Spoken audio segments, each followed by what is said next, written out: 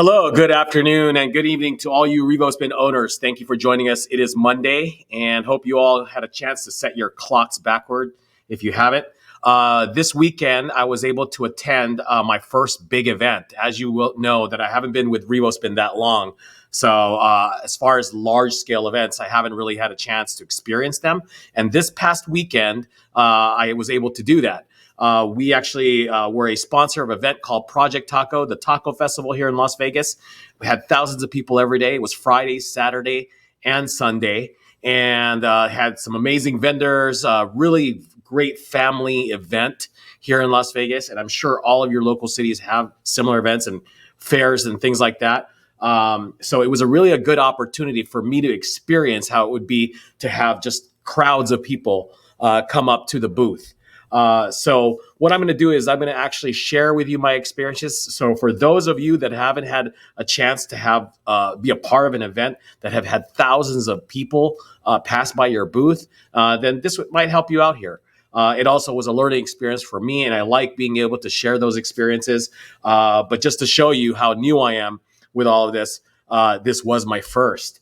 So the first thing here we're going to talk about here was working my first large event here with Revospin.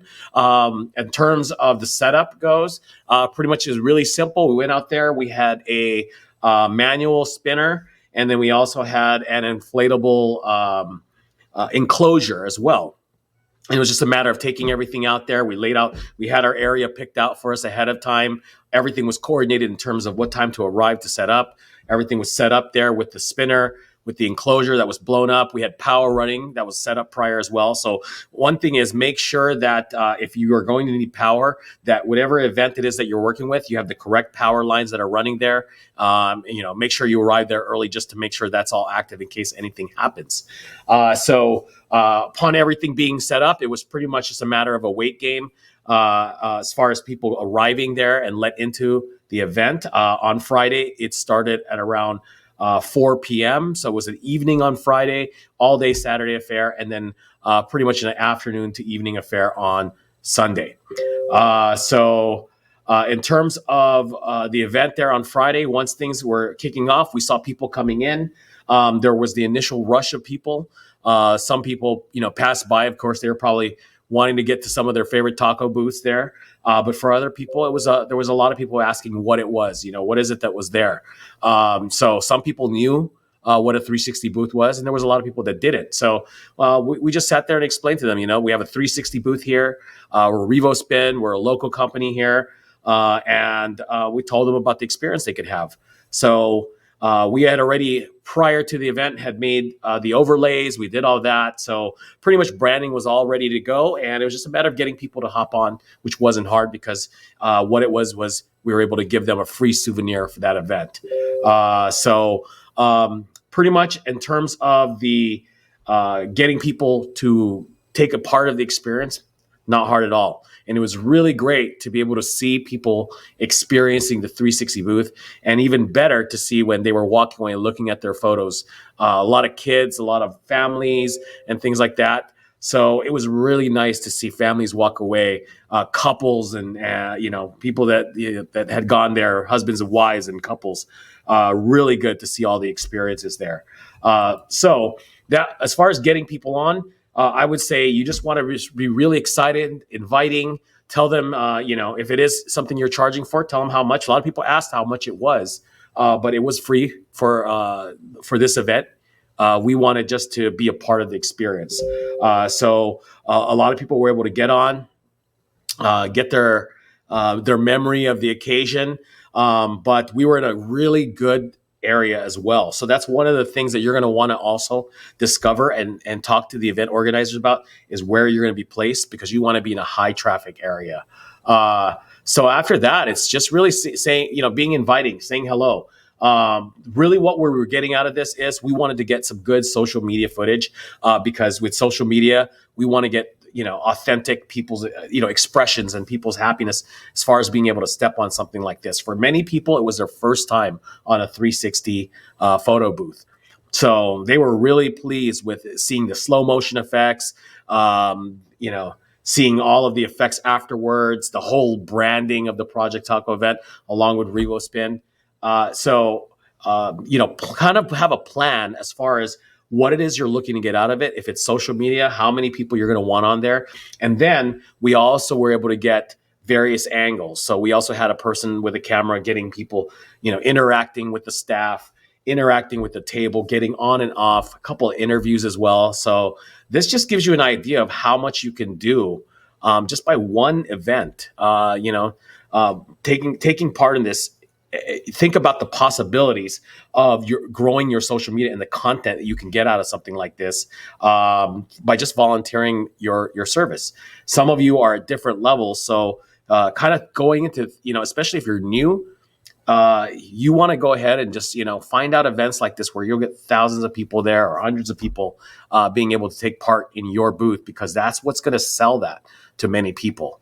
If you are posting expressions and people happy and people walking away thankful that you were able to give them something for nothing, it will just lead to sales. People like to see that.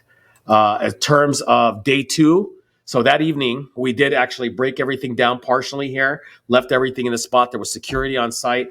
Day 2, we went in, kind of just did it all over again. But this time it was more of a daytime. So definitely a lot more crowded, a lot more people. We were able just to continue to get content. So really good experience. Overall, no hiccups.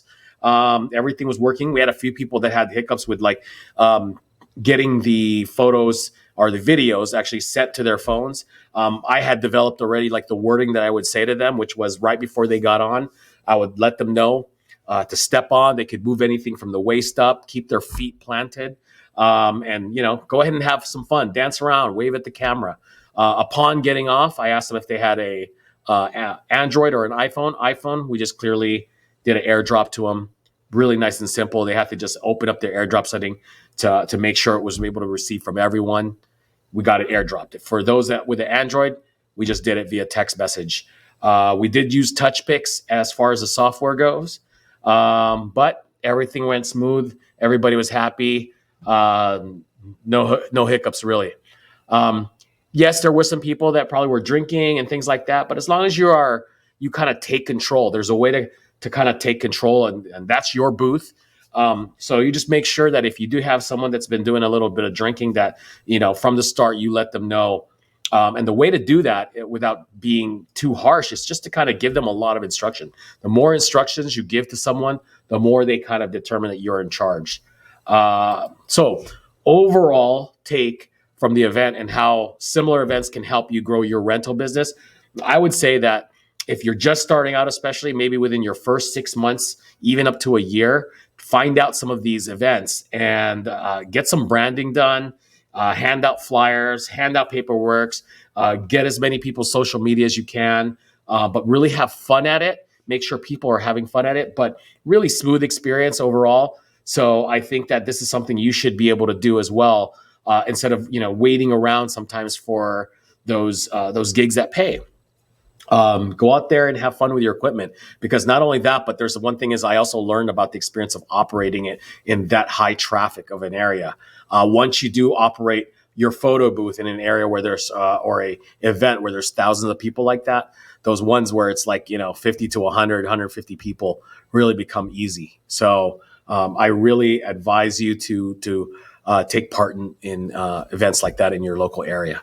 If there's any questions or if you have any comments when you see this, either on the Facebook group or the YouTube once it's posted afterwards, then go ahead and drop some comments or questions on there. We always try to get to them. Otherwise, we will be seeing you possibly tomorrow. We do have a big wedding convention we're going to be a part of here this week. So if I'm not on tomorrow, then I'll be on the next day. But we thank you for joining us always, and stay tuned for more content. Take care. Bye-bye.